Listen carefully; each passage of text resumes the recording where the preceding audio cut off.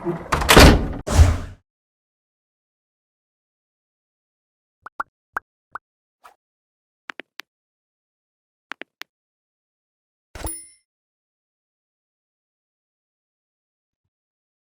select your own language subtitle, please follow the step.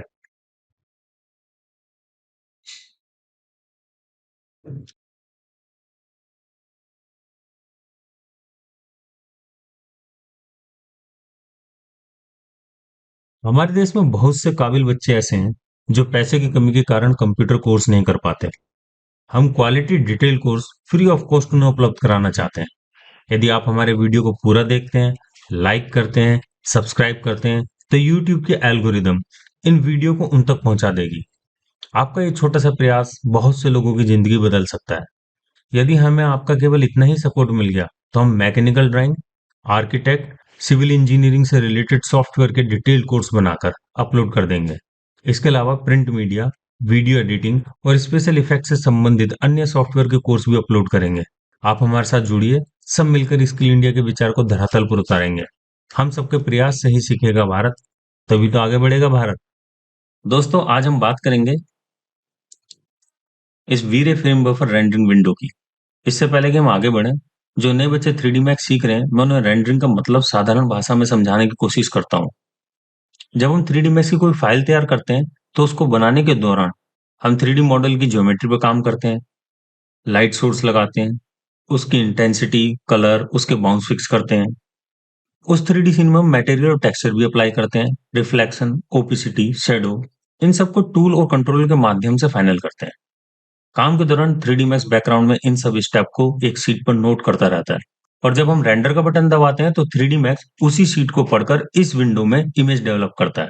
तो image develop करने की जो प्रक्रिया होती है उसे रेंडर कहते हैं, और इस विंडो में हमें वो डेवलपमेंट दिखाई देती है। इसके अलावा इस विंडो में कुछ कंट्रोलर भी दिए हुए हैं।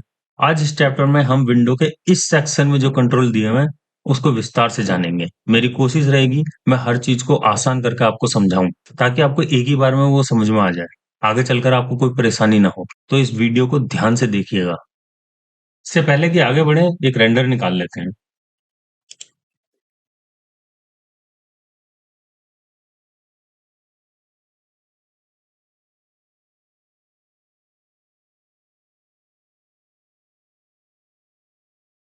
हमारा रेंडर कंप्लीट हो चुका है। इस बटन को आप अच्छी तरीके से पहचानते होंगे। डेस्कटॉप पे हमने टेस्ट नाम का फोल्डर बना रखा है, वहीं पर टेस्ट के नाम से हम इस फाइल को सेव करेंगे। यहाँ से अपना फॉर्मेट चूज करेंगे। फिलहाल मैं पीएनजी फॉर्मेट को सिलेक्ट कर रहा हूँ और सेव का बटन दबा रहा हूँ। ये देखिए, यहाँ पे हमारी फाइल सेव हो चुकी है। यदि हम इस सेक्शन में आकर इस एरो पे क्लिक करते हैं, तो यहाँ पे वो सभी चैनल मौजूद है जो हमारी इमेज में यूज हो रहे हैं। अभी हमने जो फाइल सेव की थी वो आरजीबी मोड में थी। अगर हम केवल वीरे रिफ्लेक्शन की फाइल को ही सेव करना चाहते हो, हमें इसे सिलेक्ट करना पड़ेगा। ये वीरे रिफ्लेक्शन है, और वापस सेव का बटन दबाएंगे और फाइल को उसी हिसाब से सेव कर देंगे। जिस फॉर्मेट में आपको चाहिए वो फॉर्मेट यहाँ से सिलेक्ट कीजिए और उसे सेव कर दीजिए।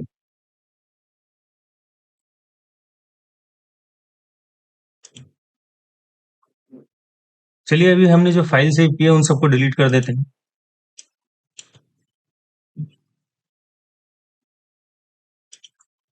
यदि हम एक ही बार में इन सभी एलिमेंट्स को सेव करना चाहते हैं, तो उसके लिए आप इसे थोड़ा सा दबा के रखिए।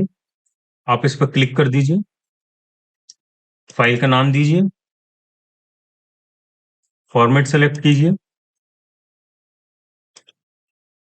और सेव कर दीजिए।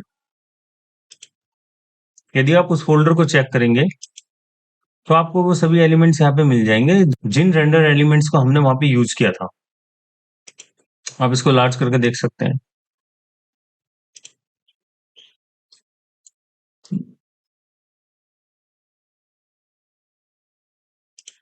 फिलहाल इसको क्लोज कर देते हैं।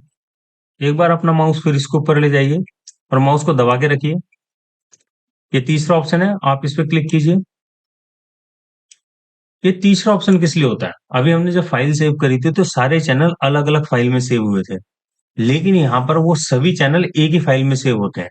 एक ही फाइल में सेव करने के लिए केवल हमारे पास यहाँ पे दो ही फॉर्मेट अवेलेबल है, एक EXR, दूसरा वीरे इमेज। यदि आप इसमें से किसी भी एक फॉर्मेट को सिलेक्ट करते हैं तो आपके सभी चैनल एक ही फाइल में सेव हो जाएंगे। इसके बाद ये अगला बटन वीरे फ्रेम बफर में ये जो हमें इमेज नजर आ रही है उसको कैंसिल करने के लिए, यदि आपने इसको दबा दिया और यस कर दिया तो ये इमेज यहाँ से चली जाएगी। इस बटन के बारे में थोड़ी देर के बाद बात करेंगे। यहाँ पे आप देख पा रहे हैं यहाँ पे 50% लिखा हुआ है। इसका मतलब ये है जो हमारी इमेज की क्वालिटी है वो भी 50% पे ही है। 50% तो वैसे रेंडरिंग के लिए इनफ होता है, लेकिन अगर आपके कंप्यूटर की कॉन्फ़िगरेशन अच्छी है तो आप इसको यहाँ से बढ़ा भी सकते हैं। लेकिन आप ये ध्यान रखिएगा जितना आप इसको ज़्यादा बढ़ाएँगे, उतना ही रेंडरिंग टाइम आपका इंक्रीज़ हो जाएगा। उसके बाद अगला बटन जो है वो रीजन का है। आप इस विंडो में रेंडरिंग की रेंज सेलेक्ट कर सकते हैं। मान लीजिए आपने इस एरिया में कोई चेंज किया है और आप चाहते हैं आपको पूरी इमेज दोबारा से रेंडर ना करनी पड़े, तो उसके लिए ये वाला बटन है। सेलेक्ट कीजिए,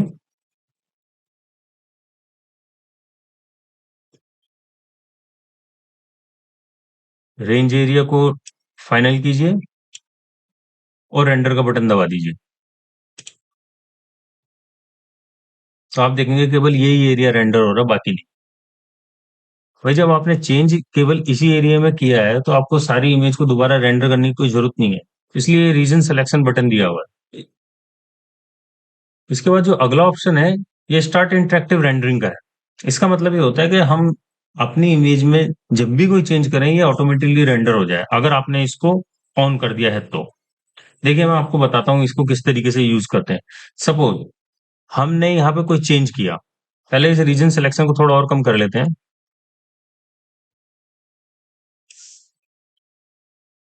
ताकि हमारा टाइम बचे।